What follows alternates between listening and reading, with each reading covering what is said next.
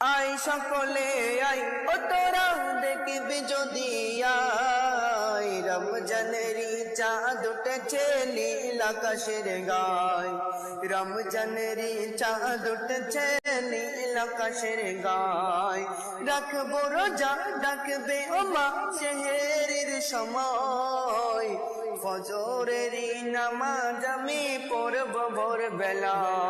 ফজরেরই নামাজ আমি পড়ব ভোর বেলায়। 11 মাসের থেকে বেশি মাসে সওয়াব পাওয়া যায়।